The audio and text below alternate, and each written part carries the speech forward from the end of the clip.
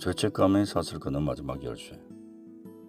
이제 당신이 정죄감에서 결코 빠져나올 수 없는 진짜 이유를 알려드립니다.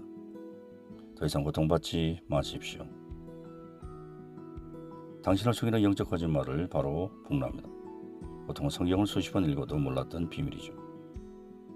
로마서 8장의 한 단어를 놓치면 모든 것을 잃습니다. 이를 통해 무의식까지 파고드는 하나님 사랑의 실체를 발견하십시오. 이 영상을 보는 당신의 기도는 완전히 달라집니다. 첫째, 당신을 묶고 있는 보이지 않는 감옥이 있다는 사실을 기억하십시오. 지금 이 순간에도 당신을 올가매는 것이 있습니까? 남들은 아무도 모르지만 스스로를 끊임없이 정죄하게 만드는 마음속 깊은 죄책감. 우리는 흔히 이것을 양심의 가책 혹은 성숙의 과정이라고 부릅니다. 하지만 그 죄책감과 정죄감이 당신의 영혼을 서서히 갉아먹고 하나님과의 관계를 교묘하게 차단하는 사탄의 무기라면 어떻게 하시겠습니까? 오늘 우리는 로마서 8장을 통해 당신을 묶고 있는 이 감옥의 실체를 폭로하고 그곳에서 탈출할 마지막 열쇠를 손에 쥘 것입니다. 그것은 당신이 알던 로마서 8장과는 전혀 다른 이야기가 될 것입니다. 끝까지 보신다면 당신은 더 이상 어제의 당신이 아닐 것입니다. 일부 정죄함이 없는 이유, 생명의 성령의 법의 열쇠. 로마서 8장 1절은 충격적인 선언으로 시작합니다. 그러므로 이제 그리스도 예수 안에 있는 자에게는 결코 정죄함이 없나니. 우리는 이 구절을 너무나 많이 들어서 이제는 무디어되었습니다. 예수님 믿으니까 정죄함이 없겠지. 하지만 정말 그렇습니까? 왜 우리는 여전히 죄책감에 시달리고 스스로를 판단하고 하나님의 사랑을 의심할까요? 바로 그 이유를 2절에서 곧바로 제시합니다. 이는 그리스도 예수 안에 있는 생명의 성령의 법이 죄와 사망의 법에서 너를 해방하였습니다. 여기서 우리가 놓치는 충격적인 단어가 바로 법입니다. 우리는 보통 성령의 능력이라고 생각하기에 아직 성령의 법은 생소합니다. 중력의 법칙을 생각해 보십시오. 아무리 선한 사람이든 악한 사람이든 건물을 뛰어내리면 땅으로 떨어집니다. 바로 이것이 법입니다. 감정이나 의지와는 상관없이 절대적으로 작용하는 힘입니다. 마찬가지로 죄와 사망의 법 역시 우리가 원하든 원치 않든 우리를 절망과 죽음으로 끌어당기는 영적인 중력입니다. 우리가 아무리 발버둥 쳐도 우리의 의지만으로는 이 법칙을 이길 수 없습니다. 이것이 바로 우리가 계속해서 넘어지고 좌절하는 이유입니다. 그런데 바울은 담대히 선포합니다. 이 중력을 이기는 더 강력한 법칙이 있다고요. 바로 생명의 성령의 법입니다. 마치 비행기가 중력을 이기고 하늘을 나는 것과 같습니다. 비행기는 중력을 없애는 것이 아니라 양력이라는 더 강력한 공기역학의 법으로 중력을 이겨내는 것입니다. 예수님 안에 들어가는 순간 당신은 더 이상 죄와 사망의 중력에 묶인 존재가 아니라 생명의 성령의 양력을 받는 존재로 신분이 바뀌는 것입니다. 이것은 당신의 감정, 당신의 노력, 당신의 자격에 달린 문제가 아닙니다. 이것은 영적인 법의 문제입니다.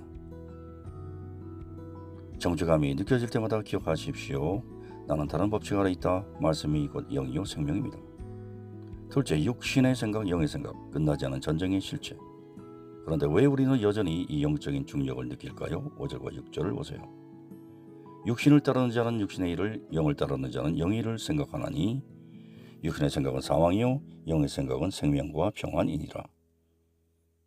여기서 육신의 생각은 단순히 죄를 짓고 싶은 마음이 아닙니다. 이것은 훨씬 더 교묘합니다. 육신의 생각의 핵심은 하나님 없이 스스로 하려는 모든 시도입니다. 내 힘으로 더 선하게 살려는 노력, 내 능력으로 문제를 풀려는 생각. 이 모든 것이 바로 육신의 생각입니다. 그리고 그 끝은 사망이라고 성경은 말합니다.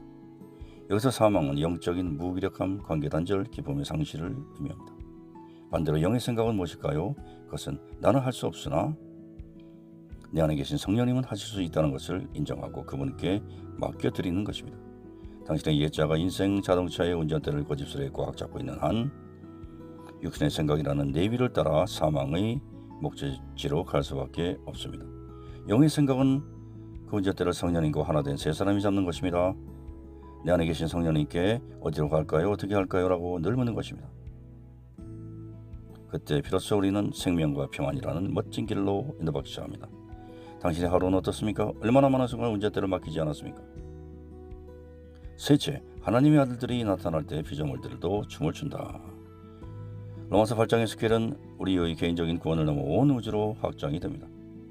19절은 정말 가슴 떨리는 구절입니다. 피조물이 고대하는 바는 하나님의 아들들이 나타나는 것이니 지금 이 세상의 모든 시련과 고통, 부조리와 아픔을 보십시오. 바로는 이 모든 피조물들이 탄식하며 무언가를 간절히 기다린다고 말합니다. 그것은 바로 하나님의 아들들, 즉 자기 정체성을 찾는 우리가 나타나는 것입니다. 우리는 누구입니까? 14절은 말합니다. 무릇 하나님의 영으로 인도함을 받는 사람은 하나님의 아들이라. 우리는 더 이상 죄의 노예의 정죄감의 보로가 아닙니다.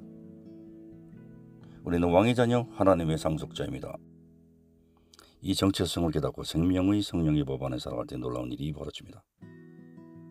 우리 말 한마디 작은 성김 하나가 썩어져가던 이 세상에 하나님의 생명을 흘려보내는 통로가 됩니다. 깨진 관계가 회복되고 절망이 희망으로 무질서가 질서를 찾습니다. 온 세상이 당신을 기다리고 있습니다. 당신이 언제쯤 죄책감의 감옥에서 나와 당당히 세상을 향해 선포할지 말입니다. 당신은 세상의 소망입니다. 넷째, 고통부터 끊을 수 없는 사랑의 사슬. 하지만 현실은 여전히 고통스럽습니다. 환란, 공고박해, 기근, 적신, 위험칼, 바로 고통을 외면하지 않습니다. 오히려 그것들을 전부 나열합니다. 그리고 이 모든 것의 한복판에서 큰 소리로 위대한 사랑의 선포를 합니다. 이 모든 일에 우리를 사랑하시는 이로 말미암아 우리가 넉넉히 이긴다. 그리고 마침내 로마서 8장은 그 절정에 이릅니다.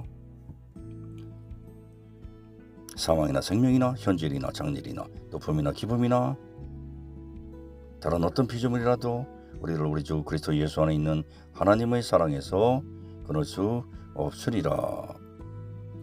주목하십시오. 이런 상태에 따라 연결되었다 끊어지는 와이파이 같은 사랑이 아닙니다. 이것은 당신의 존재 자체가 그리스도 예수 안에 박혀있기 때문에 우주가 사라져도 결코 끊어질 수 없는 사랑의 사슬입니다. 당신이 가장 비참할 때, 가장 큰 실수를 저질렀을 때, 하나님에게서 가장 멀리 있다고 느낄 때조차 당신을 단단히 붙들고 있습니다. 당신이 느끼지 못했을 뿐입니다. 정죄감은 이 사랑의 촉감을 마비시키는 마취제와 같습니다. 이제 그 마취에서 깨어나십시오. 하나님의 사랑은 당신의 생각보다 훨씬 더 강력하고 근질이며 영원합니다. 자, 이제 당신의 차례입니다. 오늘 우리는 로마서 8장을 통해 우리를 묶고 있던 정죄감의 실체를 보았고 우리를 자유하게 하는 생명의 성령의 법을 발견했습니다. 그리고 그 어떤 것도 끊을 수 없는 하나님의 사랑을 확인했습니다. 이제 선택은 당신의 몫입니다. 죄와 사망의 법 아래서 신음하며 자신을 정죄하는 삶을 살겠습니까? 아니면 생명의 성령의 법 안으로 뛰어들어 자유와 해방을 누리겠습니까? 이 영상이 끝난 후 조용히 눈을 감고 선포하십시오.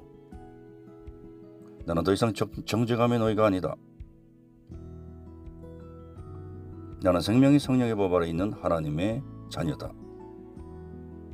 이 선포가 당신의 삶을 영원히 바꾸는 시작이 될 것입니다. 30초 기도문. 사랑과 자비, 은혜와 평강의 하나님, 오늘 로마서 8장의 말씀을 통해 제 눈을 가리고 있던 정죄감의 장막을 걷어주시니 감사합니다. 더 이상 제 힘으로 발버둥치지 않고 생명의 성령의 법을 의지하게 하옵소서. 그 어떤 환난과 고통 속에서도 결코 끊어지지 않는 이 사랑의 주를 신뢰하며 담대함으로 세상을 향해 나가게 하옵소서. 이제는 내가 산 것이 아니요 오직 내 안에 그리스도께서 사시는 것임을 고백합니다. 살아계신 우리 주 예수 그리스도 이름으로 기도드립니다. 아멘.